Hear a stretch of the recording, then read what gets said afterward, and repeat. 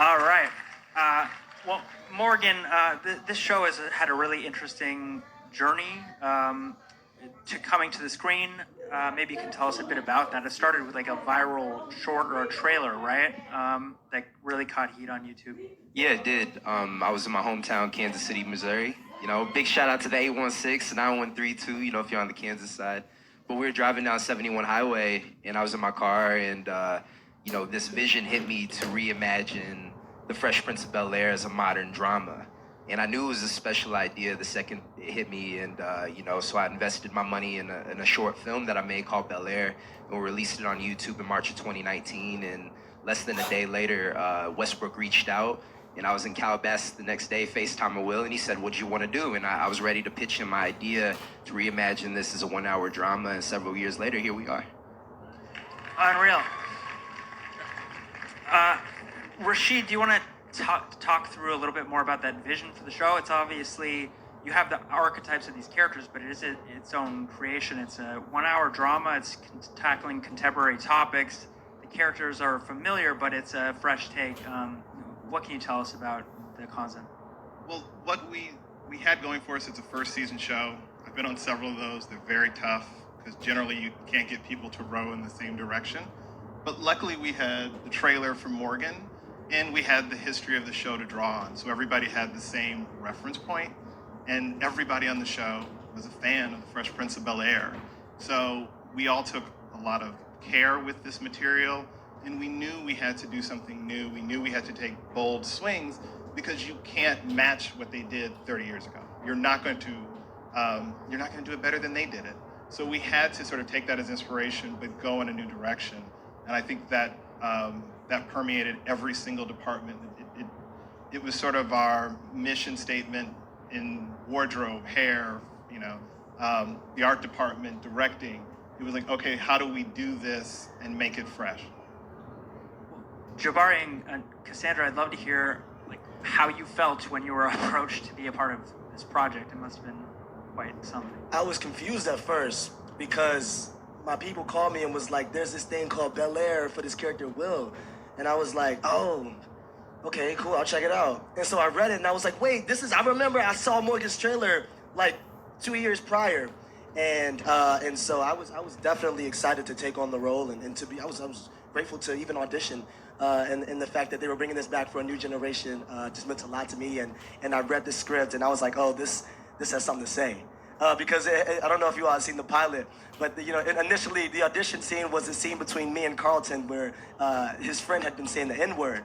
And so I was like, oh, this is special. So I was definitely excited to be a part of this project. For you, Cassandra? Yeah, I always said I never even knew being an Aunt Viv was on the menu of dreams to have. So when this came up, I was like, no, I'm not Aunt Viv. That's ridiculous. And so when I was blessed enough to get the interview to talk to Rasheed and Morgan, I did research on Morgan Cooper. And when I saw you have to go to Vimeo, and you got to see You Shoot Film. Yo, you see this movie and you're like, I want to do anything with this man. Okay, so between that and I'm a friend of Rasheed's as well, Army Wives and some other great projects, that when I talked to them, I was like, yo, if I could be a part of the canvas, I'd be so lucky. And when they told me about their idea for the show, I was like, I would love to be a part of this. But of course, I didn't think I was going to get it, so thank y'all for the job. Jabori, you were studying right in Philadelphia, and that's where they found you for this? Yeah, I was couch surfing in Philly at the time. I had dropped out of school and I was trying to figure everything out. I knew if I was going to come to LA, then I had to have a reason to be here, and so this is definitely a great reason for sure. So tell me a bit more about that. What Cassandra was speaking to, stepping into those big shoes, especially as the lead in the show, and kind of making that character your own. Yeah, I really didn't have too much time to, really sit with it because, everything is kind of really fast paced, which was, to our advantage, I think. But Morgan and Rasheed and, we had a long talks about, me leaning into this character and bringing my gifts to this character and my light to this character. And Morgan talks about that a lot with each one of these characters. He really wants to highlight what we do, and and so if we could highlight that and bring that to the character, then that's what's going to make us shine. And so he's definitely interested in doing that. If I can brag on Jabori for just a quick second here. No, because there's what you see on screen, and that's talent, and that's great, but that's not the entire job. You're number one on the call sheet. You have to show up at 5 in the morning, day in and day out. You have to pace yourself through a lot of pages, a lot of work. You have to do it during a pandemic. You have to be spot on every day, and that's a lot. I mean, you didn't have a lot of professional experience when you started, which kept me up at night as we were trying to decide to give him the job. But it was a very good gamble. You've paid off tremendously. But there's a whole side of this work that people don't see, and it's very important. Thank you. I'd love to hear a bit more about the casting of the project and then writing to your actors' strengths. You've talked about that because it's just like the casting's impeccable here. Everyone is so well suited to their roles, and the chemistry, the dynamics are really quite interesting. Yeah, I mean, for me, I feel like casting has always been a strength of mine as a director, you know, and looking for actors who, you know, let's take the path of least resistance in creating these characters, right? And so for Jabari example, it's like he embodied the swagger, the charisma, but also like the deep well of emotion. He's such a special actor who uses his eyes very well, you know, and how he looks at you. He can say a lot with his eyes. And so you're looking for actors who can step into those roles and they're not trying to be something that they're completely not, right? And so same thing with Cassie, it's like they embodied all of the swag and charisma and the deep well of emotions that we were looking for. Jeffrey, you know what I mean? I remember a lot of people love Jeffrey, but you know, there was no Jeffrey in the short film because I took issue with the idea of, you know, a modern day like butler and a black family having a black butler. And so I remember Will was like, no, we need Jeffrey. So I'm like, all right, give me a beat. And I watched Top Boy. I was watching Top Boy at the time and I was like, Jeffrey was a top boy. And oh, he worked at a London pool hall. And one day, 20 years ago, somebody stumbled in and he shook his hand and said, I'm Philip Banks. And that was their origin story. And this whole idea hit me and I pitched it. And all of a sudden, Jeffrey exists. And when we met Jimmy, you know, he just brought that swag of that top boy energy. So it's just like, it's who they are. They have superpowers, right? So you want to just lean into those superpowers and empower them to do their best work. So I just would like to give a quick shout out to our casting director, Vicki Thomas. Yeah. I don't know if anyone else had a tougher assignment this season because it's to cast an entire family in which the originals are beloved and to bring something new. I mean, that was incredibly tough, and I think we got it correct across the board. 100%. Yeah. Speaking of family, like, what was for the actors' behavior, like, what was the family bonding process like? I mean, season 1 finds Will kind of at odds with certain characters like Carlton, but what was the process like getting to know each other? I wish I could say it was difficult. I always like to tell the story. The first day I hit the set, I'm sort of looking around, and all of a sudden I hear someone say, Aunt Viv! And it's Jabari. He comes over and he hugs me. And it's interesting how mystical it is to get cast in something, because we all really do have sort of the same sort of interesting essence, like a family. Like, we love to sing, we love to laugh, we love to also, but the actors on this show have that thing that you want as a fellow actor, is like this soul and the spirit that opens up when you say action and you don't know what's going to happen. And then that's what's on camera. Like, you're just hoping for a spark. And everyone on the show have such an authentic presence anyway. I think that's what people see. Like, what you see is what you get, but there's also sincerity in there too, even off the camera. So I like to think we became like an automatic fraternity sorority, because we all love Fresh Prince and we wanted to handle that iconic show with like white gloves. We wanted to respect it and elevate it and hopefully create our own legacy at the same time. Woo! Woo! Tell me about that, because that's something I was wondering about, you know, how you view the legacy of the Fresh Prince of Bel-Air, and, you know, bearing in mind that you're just coming off your first season, like what you would hope the ultimate legacy of this show would be. Yeah, man, I always felt like, you know, you can never do what they did.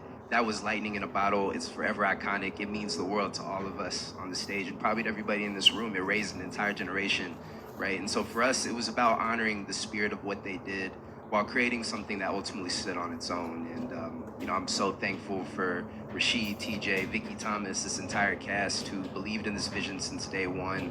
And with this collective shared vision, I think we've done just that and have created something that ultimately stands on its own. So I also just think to add to that is that this show, people talk about like the racial element of what it is to be African American today.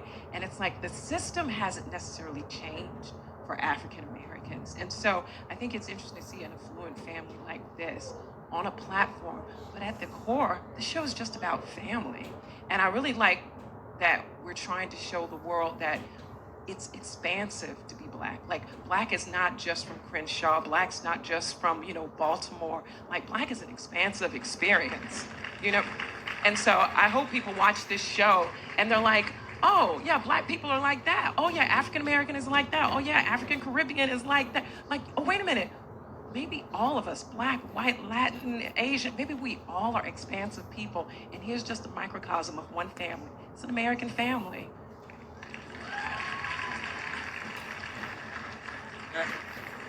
Were there what were the specific highlights for you all from the first season? Like, are there specific memories that stick with you coming to the realization that we really have something special here?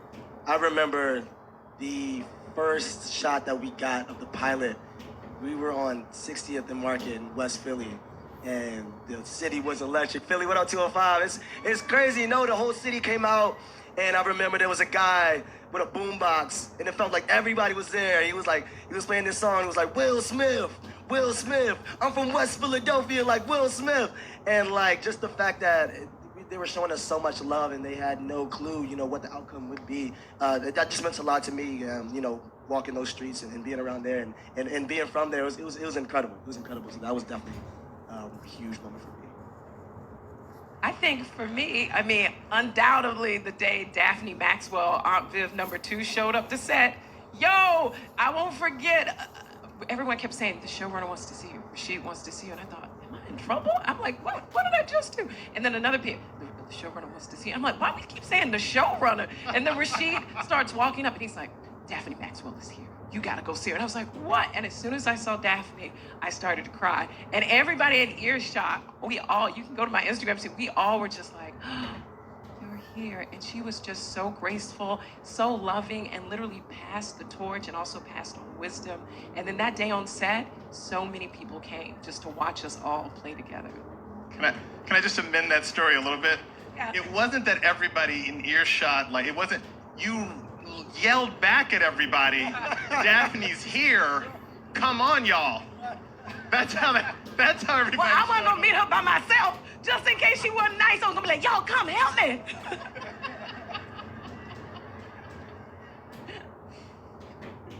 Well, in large part, the first season was about Will coming to LA, kind of finding his place within this family and developing those relationships. It's my understanding that you're already picked up for a second season, right? Yes. So, all right. So, what can you tell us about your plans going forward? The mission is the same. The show is working on two levels. One, it is the coming of age story of Will, but it's also the emotional evolution of a Black family. So that's our kind of guiding light on those two fronts. He's not grown up, and this family isn't done growing. Excellent. Well, it's a really terrific show. Thank you all so much for being here. Let's give it up for Morgan Cooper, Rasheed Newson, Jabori Banks, and Cassandra Freeman. Thank you very much. Thank you for having us.